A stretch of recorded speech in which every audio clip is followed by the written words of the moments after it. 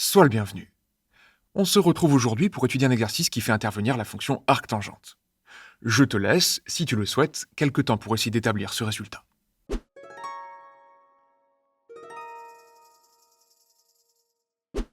Question de Perceval. J'ai oublié toutes mes formules de trigonométrie. Suis-je condamné à l'échec?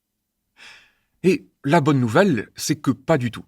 Il n'y a pas besoin de connaître grand-chose sur la fonction arctangente pour démontrer ce genre de résultat-là. Alors si tu connais déjà l'idée, je suppose que tu t'es déjà engouffré dans le calcul, ou peut-être que tu attends que je le fasse de mon côté, et je le ferai. Mais si tu ne connais pas l'idée, je vais prendre le temps de l'écrire, puis de la commenter.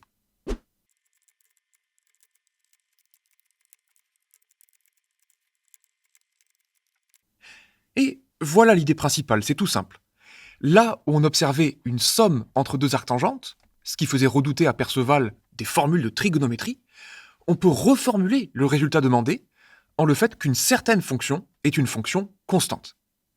Et donc, ça nous ouvre la porte à d'autres outils, puisque cette fonction ayant le bon goût d'être dérivable sur R, il va nous suffire de démontrer que sa dérivée est nulle, pour démontrer qu'elle est constante, puis d'expliquer ensuite que cette constante, c'est pi sur 2. Alors, un petit défi ici, si tu veux te lancer dans le calcul, ce serait de te chronométrer. Combien de temps vas-tu mettre pour calculer la dérivée de cette fonction-là? Je t'invite, si tu relèves le défi, à écrire ton temps dans les commentaires, et de mon côté, je vais me lancer dans le calcul.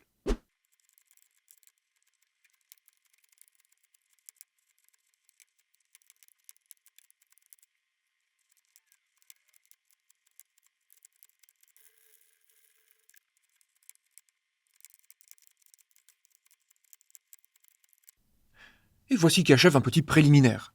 J'ai tout simplement appelé f la fonction qui à x associe le terme de gauche de l'égalité, et j'ai expliqué, implicitement, dira-t-on, que le seul problème de dérivabilité a lieu avec la fonction racine carrée, mais que fort heureusement, ce qu'il y a à l'intérieur est strictement positif, et donc qu'on ne tombe pas sur le problème qu'il y a en zéro avec la fonction racine carrée.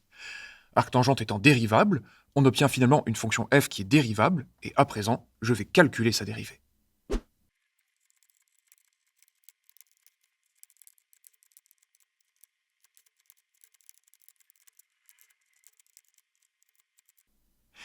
Alors, ça s'annonce pas super, mais il faut faire preuve de détermination ici, puisqu'on sait qu'on a une fonction dont on doit montrer qu'elle est constante, et donc on va tomber sur une dérivée nulle. Et la seule chose qui nous embête vraiment, c'est qu'on a des dénominateurs qui sont tous différents. Donc une bonne manière de faire, de se dire je fais quelque chose d'utile, eh bien c'est de tout réduire au même dénominateur pour obtenir une annulation des numérateurs. Donc on va faire ça tranquillement, on va développer ce dénominateur ici, se charger de quelques simplifications avec le terme du dessous, et là aussi réduire au même dénominateur, et puis petit à petit, on devrait tomber sur 0.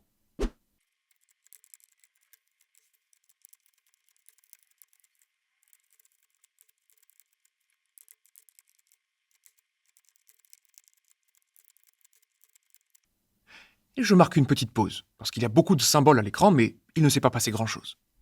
D'un côté, j'ai développé le carré, c'est ce qu'on observe ici, et de l'autre, le 1 qu'il y a là, je l'ai mis sur le dénominateur racine de 1 plus x carré, et ça me donne ceci. Ensuite, je m'aperçois qu'on peut factoriser par 2 le dénominateur qu'il y a là, et donc j'ai simplifié par 2 la fraction.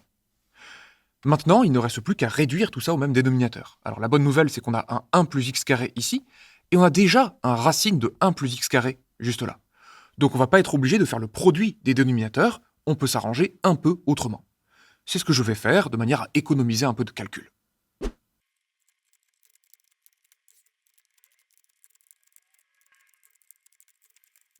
Et je fais une nouvelle petite pause. Ce que je suggérais il y a quelques instants, c'est que ceci est un bon dénominateur commun. Parce qu'en fait, il n'y a pas grand-chose à faire pour ramener les deux fractions sur ce dénominateur. D'un côté, ici, eh bien, il va nous manquer toute la partie en 1 moins x facteur de je ne sais quoi. C'est ce que j'ai écrit en bleu. Et de l'autre côté, étant donné qu'on a déjà ce terme et la racine de 1 plus x carré, eh bien, il ne reste plus qu'à multiplier par racine de 1 plus x carré pour obtenir ce dénominateur juste là.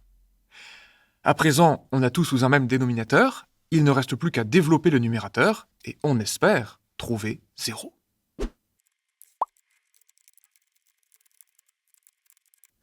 Et voilà le travail. Alors, si tu as mené ce calcul jusqu'à son terme, j'aimerais que tu m'indiques en commentaire si tu as fait une erreur ou pas et combien de temps tu as mis. Parce qu'en fait, cet exercice, je l'ai choisi pour mettre en valeur la formation que j'ai faite pour progresser en calcul, et j'explique que même si de temps en temps, l'objectif est très simple et très clair, en l'occurrence démontrer qu'une dérivée est nulle, eh bien il reste à faire une bonne tranche de calcul.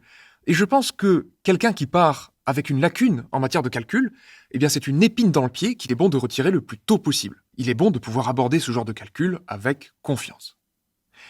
Maintenant, il ne s'agirait pas d'oublier de conclure. Et comme il y a une petite subtilité là-dedans, je vais prendre le temps de te laisser un peu de quoi réfléchir, et ensuite je vais rédiger moi-même une bonne conclusion.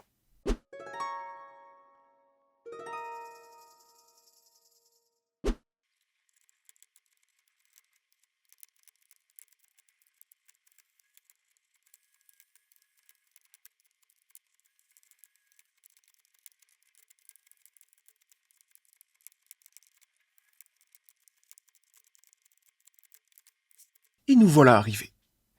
Alors la petite subtilité ici, c'est que ce qui fait que ça fonctionne, c'est qu'on se place sur un intervalle. C'est très simple, mais c'est très important. Et je peux le mettre en scène avec une fonction qu'on définirait sur R privé de Z, et qui, à un élément x de cet ensemble, associerait la partie entière de x. Ici, on aurait une fonction qui est dérivable sur son ensemble de définition.